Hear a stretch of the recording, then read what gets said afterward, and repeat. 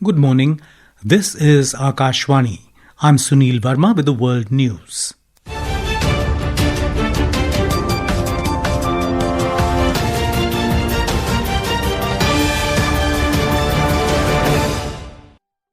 The headlines. Prime Minister Narendra Modi and Finland President Alexander Stubb reiterate their commitment to rule-based international order with UN at its core. Two leaders discuss current evolving situation in West Asia.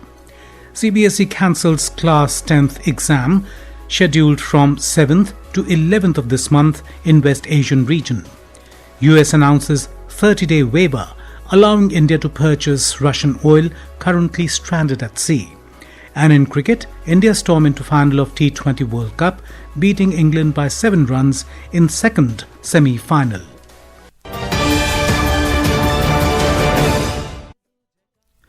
Prime Minister Narendra Modi and Finland President Alexander Stubb have reiterated their commitment to the rule-based international order and multilateral cooperation with the UN at its core. The India-Finland joint statement following the state visit of President of Finland to India said that both the leaders affirmed the deep and enduring friendship between India and Finland built on a foundation of mutual respect and the values of democracy and rule of law, as well as commitment to global peace, security and international law. The leaders agreed to elevate the India-Finland relations to a strategic partnership in digitalization and sustainability based on covering interests and mutual benefits. They underline the importance of redoubling efforts to reach the Sustainable Development Goals and the importance of global cooperation against the challenges of climate change and loss of biodiversity. Secretary West in External Affairs Ministry, Sibi George, has said that Prime Minister Narendra Modi and President of Finland, Alexander Stubb, discussed the current evolving situation in West Asia. Replying to a query while briefing media in New Delhi, Mr. George said both leaders discussed issues of interest to both India and Finland, including West Asia's situation. He said both leaders held wide-ranging discussions and covered all aspects of bilateral relationship. He said the Ukraine conflict also came up for discussion during the talks.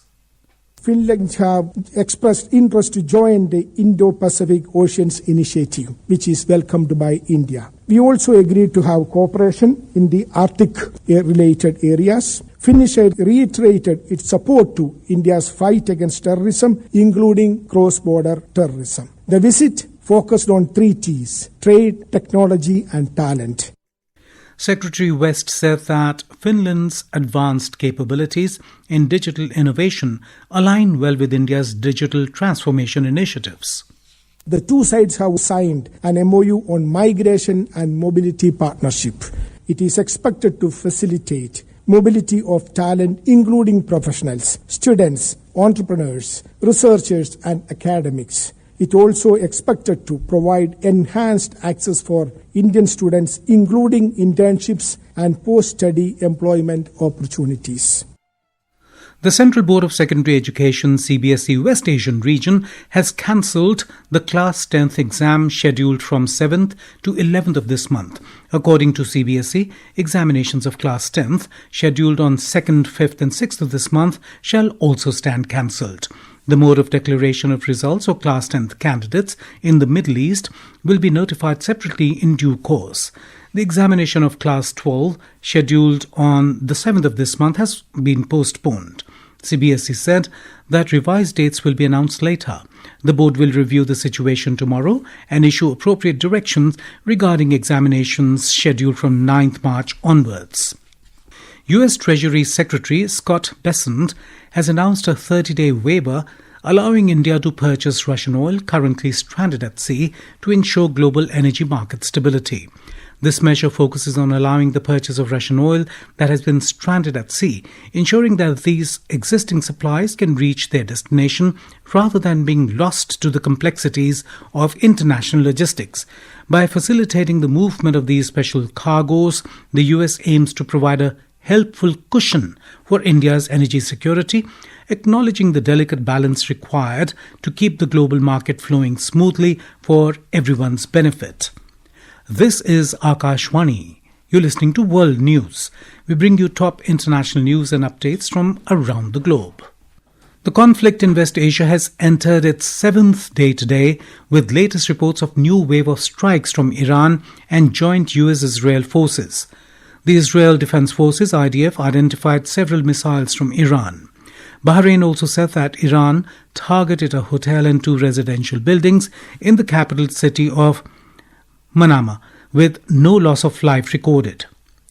The United Arab Emirates (UAE) also said that its air defenses dealt with several incoming missiles and drone threats from Iran. Sounds were heard in scattered areas of the country after the air defense systems intercepted ballistic missiles. On the other hand, Israel killed Hezbollah commander Zaid Ali Juma in Beirut.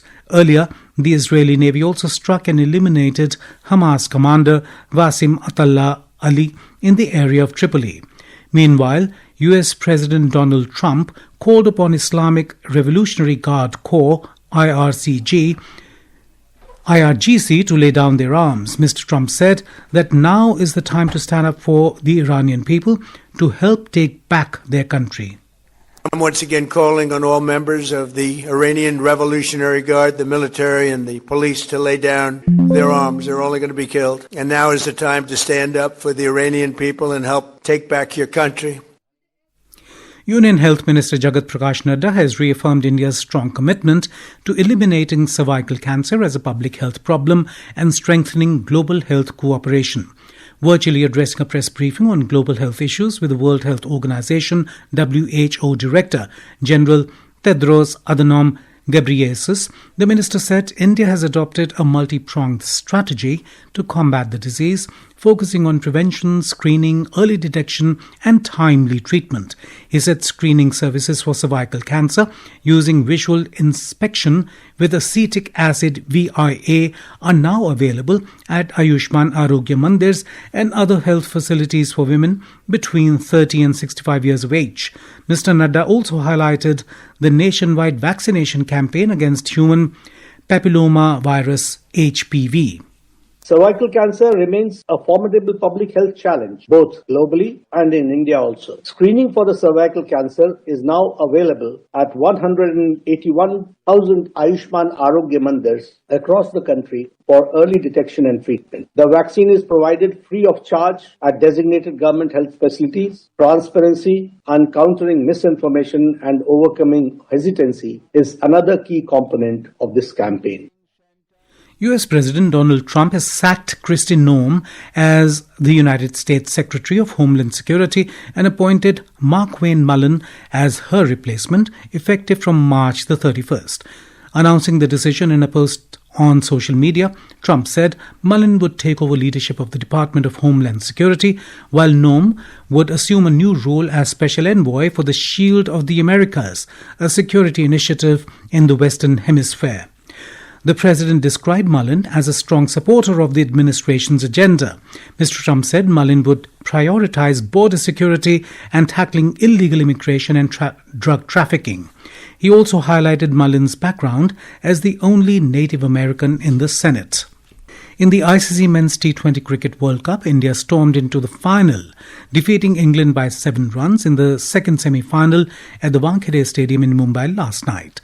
Chasing a target of 254, England scored 246 for 7 in the stipulated 20 overs. Earlier put into bats, India piled up a mammoth 253 for 7 in 20 overs. Sanju Samson was adjudged player of the match. India will face New Zealand in the finals on Sunday at the Narendra Modi Stadium in Ahmedabad.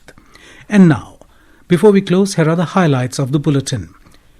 Prime Minister Narendra Modi and Finland President Alexander Stubb reiterate their commitment to rule-based international order with UN at its core. 2 leaders discuss current evolving situation in West Asia. CBSE cancels Class 10th exam scheduled from 7th to 11th of this month in West Asian region. US announces 30-day waiver allowing India to purchase Russian oil currently stranded at sea. And in cricket, India storm into final of T20 World Cup, beating England by 7 runs in second semi-final. And that is the end of this news bulletin.